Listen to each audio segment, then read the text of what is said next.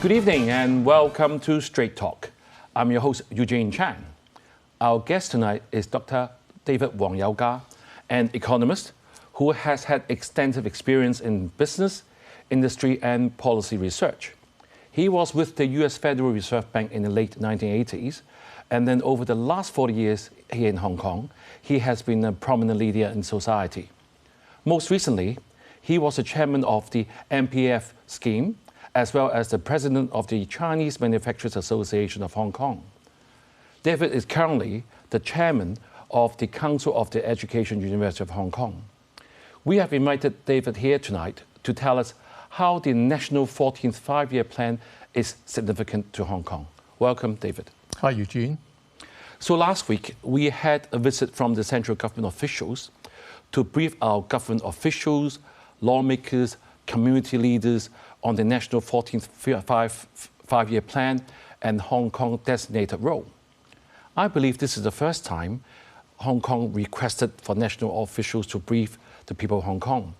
Since you have been deeply involved with formulating public policy, especially in the economic affairs over the years, you are also a deputy of the National People's Congress. I think you're the best person to tell us what they said and what it all means to people of Hong Kong. Some of our viewers may not be very familiar with this plan, so can you tell us very briefly what it is and how it is different to the previous five-year plans? Sure. Well, the five-year plans, they are actually very, very significant because they really set the direction, the priorities, and the resource allocation for the development of the country for the next 5 years. So this is really a very massive exercise, and you really want to get this right and also have it executed very effectively as well. So this is a very big deal. But I think that the 14th Five-Year Plan is actually even more important than many of the other five-year plans in the past. You mean for Hong Kong or for the whole nation? Really for the whole nation, and also for Hong Kong by implication as well. And that's because China is really at a very, very critical juncture at the moment in this development. Part of that is that China is already a middle-income country, having attained a GDP per capita of about $10,000 US. But more importantly, because of the rising US-China tensions, the whole international landscape for China's development has changed very dramatically as well.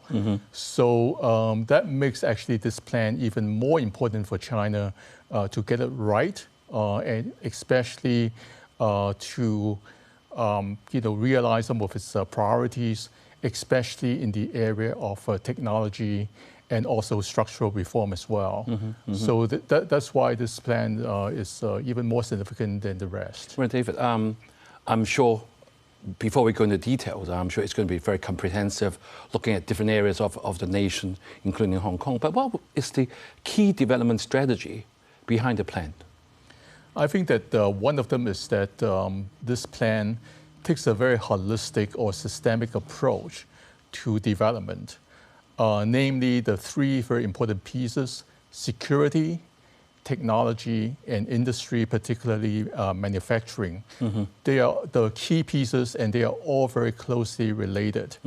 And that's because from the experience of the last couple of years, China realizes that security, and they mean that not just in the very narrow sense of national security, but also the whole supply chain security and the economic security is really under threat unless China develops more of its own indigenous technology. Semiconductors being a very, very good example of that. We heard of that, yes. So you need to develop your own technology in order to secure your security, and you're not developing the technology just for technology's sake as well. They also emphasize the application of that technology to industry, particularly manufacturing, so that China can remain a leader in key industry areas, in the global economy. So in that sense, it really places security, technology, and industry all as a very important whole development strategy. So David, then, I mean, we all heard what you said, but what is the role of Hong Kong in this plan? Because Mr. Wang Lauchen, the Deputy Director of the Hong Kong Macau's office, said that Hong Kong has a very special status and function in the opening of China's economy to the world, and our role is not replaceable. Why are we so important? Can you explain what he was referring to? Actually, there are many reasons for that, but to look at it very directly, we know that going forward, as we mentioned, technology is going to be extremely important, and actually Hong Kong is very well placed to help the country develop in that direction. One reason is that we have 5 universities who are ranked among the top 100 in the world, according to the QS rankings. So, and they are very good at science and technology and engineering. So that already you can see that Hong Kong has a tremendous role to play. Another one is, of course, in the capital markets, because to develop, you always need to raise capital, tapping the international capital. And of course, Hong Kong is naturally placed, being a international financial center. So already, we see some very, very important areas where Hong Kong can play an important role. Right, David. I mean, in the past, I'm sure we heard from the news and the commentary saying that Hong Kong hasn't really been integrated well with the mainland. So, with this role that Hong Kong has been tasked with, do you think we have what it takes to fulfill that role? Because in the past, they've always wanted to be a financial center, and there are more roles for us to be taken on this time. Do you think we have what it takes? I think that we have all the important ingredients, to make this happen. Okay, but I think that we need to work a little bit harder on having really the political will, right? To make this happen as well. Right. And also really for the whole society, including both our government and also the population, to learn more about China's development so that we can meaningfully participate in the whole process. And a lot of our important advantages are due to the one country, two systems. Right. I can just give one very simple illustration of why we are irreplaceable as an international financial center for the country. And that is because Hong Kong has 3 attributes that are very unique. The combination of that, unique to Hong Kong, and you will not find the same combination in New York, London, Shanghai, or Beijing. And namely, they are the following. 1, Hong Kong is perfectly integrated with the global capital market. Okay. Secondly, under one country, two systems, we have a natural firewall between Hong Kong and the financial markets of the mainland. And number 3 is that we are totally transparent to the regulatory authorities in Beijing as well. So the combination of those 3 are unique to Hong Kong, and you would not be able to find it anywhere else. And that's due to the one country, two systems setup. But David, there's another comment I heard during the seminar. They said that if we can't do things in a timely manner, even if we complete the job, we are not seen to be doing things effectively. This is quite a strong comment, saying that we're not pushing it. You mentioned about the willpower of our government and the leaders. Do you think we'll be able to pull our socks up this time? Well, I certainly hope so, and I think that we are well positioned to do that for the following reasons. In the past, we did have some opposition who likes to, drag their feet and also, to obstruct the implementation of government policy. I think that a lot of that is gone right now. I think that we have a much more unified administration along with LegCo. I think that we can get things done, and I think that the whole sense of priority for the society has also shifted. We know that we have to catch up with the economy and also improving the people's livelihood. I mean, as you said earlier, I think we need Hong Kong people to be more aligned, which we'll talk about later in the show. Do you have much expectation from the upcoming policy address by the Chief Executive in October? Because what the 14th Five-Year Plan had given us directions, but how we do it effectively hasn't been laid out. So do you expect much from the Chief Executive? Well, I certainly hope to see strong initiatives in the forthcoming policy address. And in fact, I made that clear to the Chief Executive when she met with some of the NPC deputies a few weeks ago. And I mentioned that, even though this is the last policy address of this particular administration, I think that people have very high hopes for two reasons. One is that we're just coming out of a period of turmoil and reform. And so I think that we are now very well positioned, to actually get things done. And secondly, as the central authorities, spokesmen have said, we've been dragging our feet for too long for various reasons. Right. So there's really no further time to lose. I mean, we cannot afford to wait another year. David, we'll go to a break very soon, but before the break, I want to ask you a question. I'm sure many of the viewers will be concerned because it has been stressed over and over again. National security is of paramount importance. We have seen what has happened in Hong Kong, especially if we're going to be an international financial hub. However, the sanctions from the US and the possibility of the anti-sanctions from the central government really have the potential of throwing Hong Kong financial markets into turmoil. I'll use that term, turmoil. How do you think Hong Kong can navigate through these challenges? Maybe after the break, you can tell our viewers.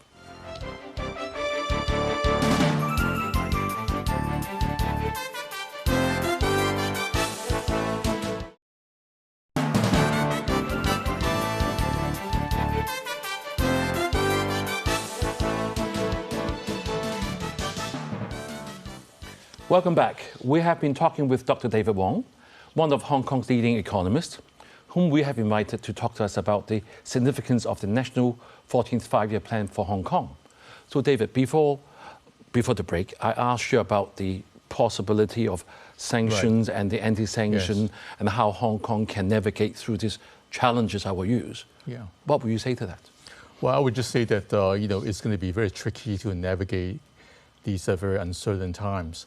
But I think that we will do well in Hong Kong to really stick to the principle of one country, two systems.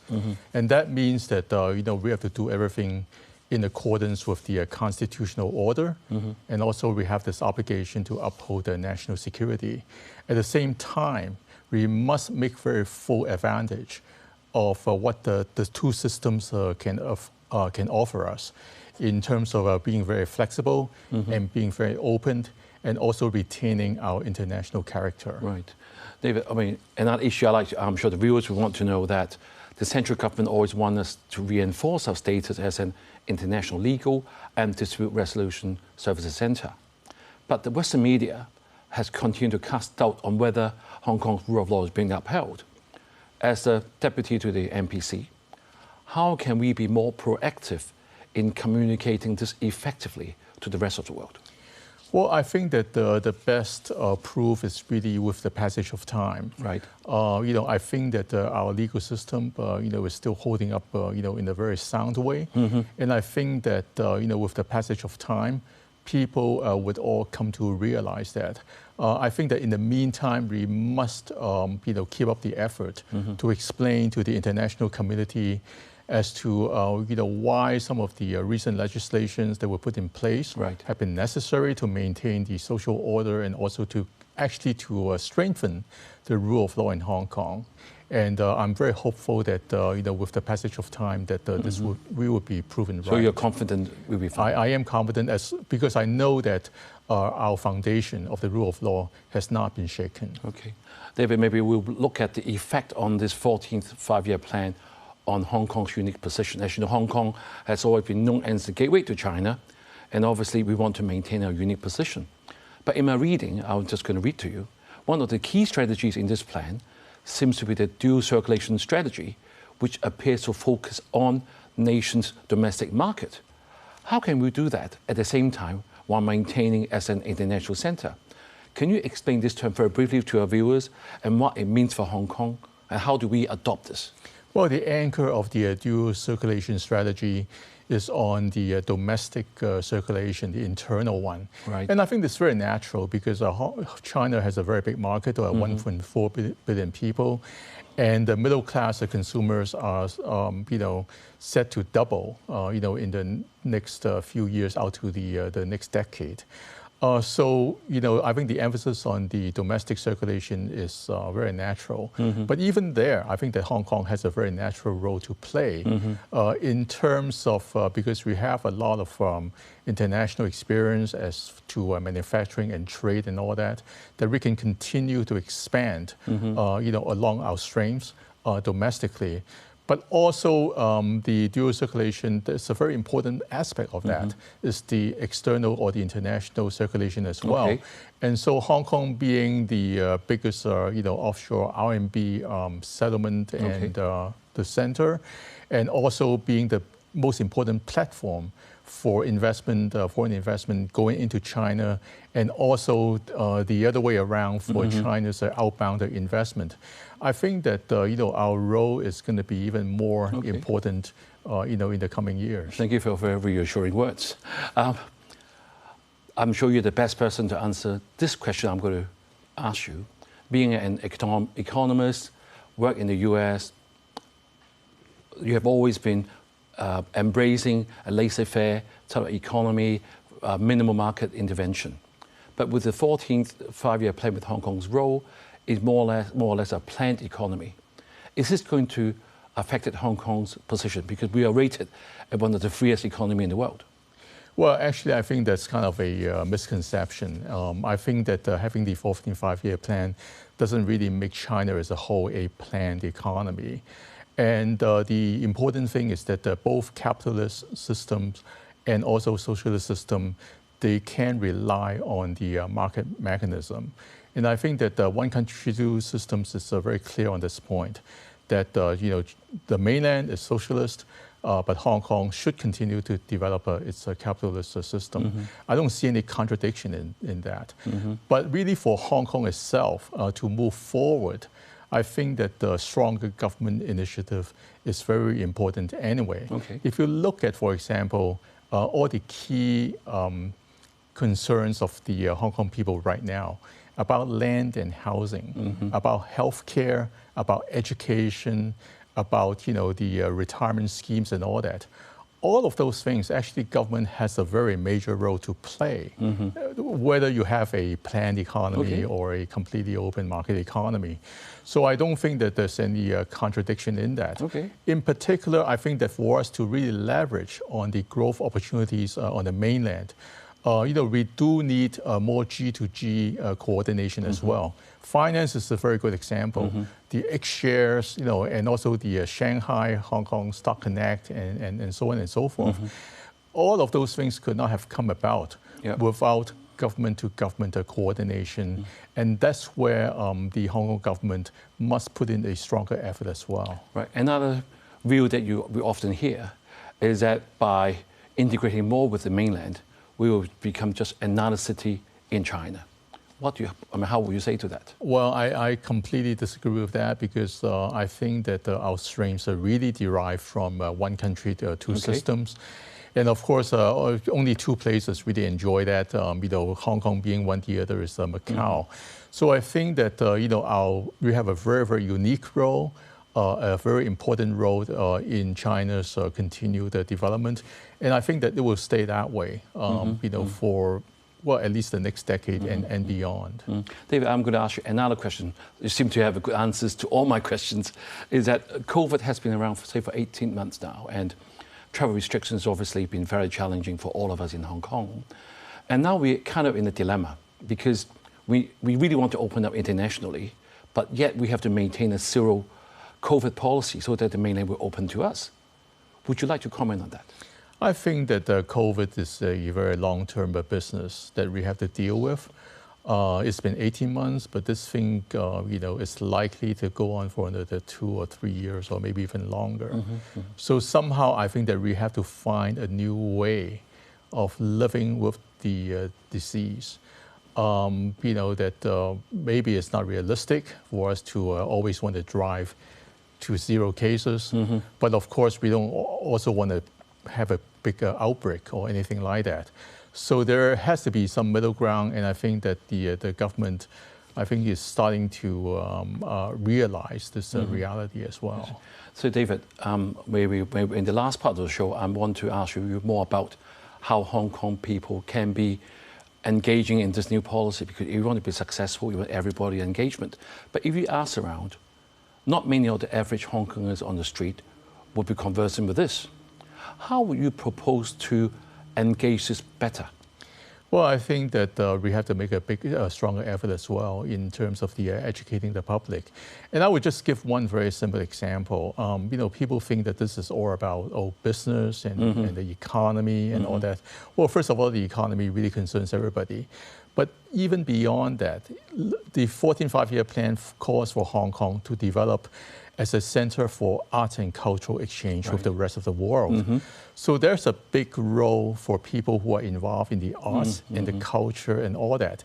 People who ordinarily wouldn't think much about economic integration with China being a very top priority for them. So that's a perfect illustration. So maybe we'll look forward to the policy address and hopefully the chief executive, as you said, art and culture, hopefully we have more concrete policies. And I just hope that you know, the policy address would play up Hong Kong being this very important international crossroads, this role it plays as well. David, since you are the deputy to the National People's Congress, I'm sure you would realize that some of our population are still very resistant to mainland's values and systems. How do we overcome that in short?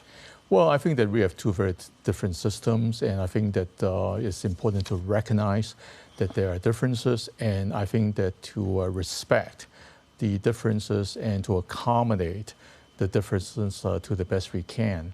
I think it's perfectly okay that you know, we do have two systems. I mean that's the whole setup of it.